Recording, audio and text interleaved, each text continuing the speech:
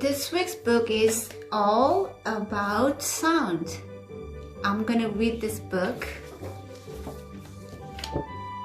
Hello, can you hear me? Your voice is a sound. A ringing telephone is a sound too. Music is sound. La la la. Singing, talking, and ha ha ha, laughing are also sound. Hit a drum and what do you hear? A sound. A drum makes a booming sound. Strum a guitar and you will hear a different sound. Now strum a guitar again. What do you see? Look closely. The string moves back and forth very quickly. This movement is called a vibration. Vibrations make sounds. You can see some vibrations. Place a ruler on the edge of a table. Hold one end of the ruler flat on the table. Pull down on the other end of the ruler and let it go. The ruler vibrates. The ruler makes a sound. You can feel some vibrations. When you speak, your throat vibrates.